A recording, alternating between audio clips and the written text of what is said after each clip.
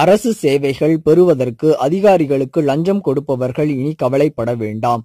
1100 என்ற எண்ணுக்கு போன் செய்தால் கொடுத்த லஞ்ச பணத்தை அதிகாரிகள் திரும்ப கொண்டு வந்து தந்து விடுவர். இந்த புதிய சேவை ஆந்திராவில் அறிமுகம் செய்யப்பட்டுள்ளது. ஆந்திராவில் முதல்வர் சந்திரபாபு நாயுடு தலைமையிலான தெலுங்கு தேசம் கட்சி அரசு அமைத்துள்ளது. நாட்டில் அதிக அளவில் லஞ்சம் புழங்கும் மாநிலங்களில் கர்நாடகாவுக்கு அடுத்தபடியாக 2வது இடத்தில் ஆந்திரா உள்ளது. இந்த கழகத்தை துடைப்பதற்காக முதல்வர் சந்திரபாபு நாயுடு புதிய திட்டத்தை அறிமுகம் செய்துள்ளார்.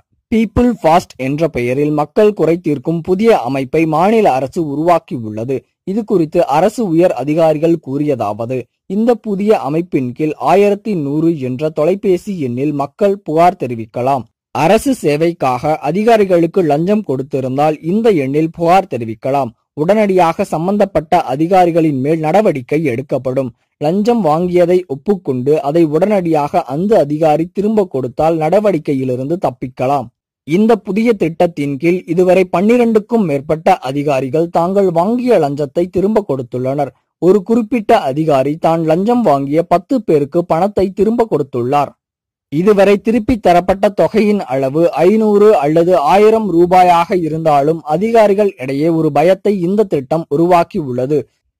லஞ்சம் வாங்கியதை அதிகாரி மறுத்தால் அவர் மீது தனியாக விசாரணை நடத்தப்படும். அதே நேரத்தில் ஒருவர் தவறாக புகார் கொடுத்தால் அவர் மீது நடவடிக்கை எடுக்கப்படும்.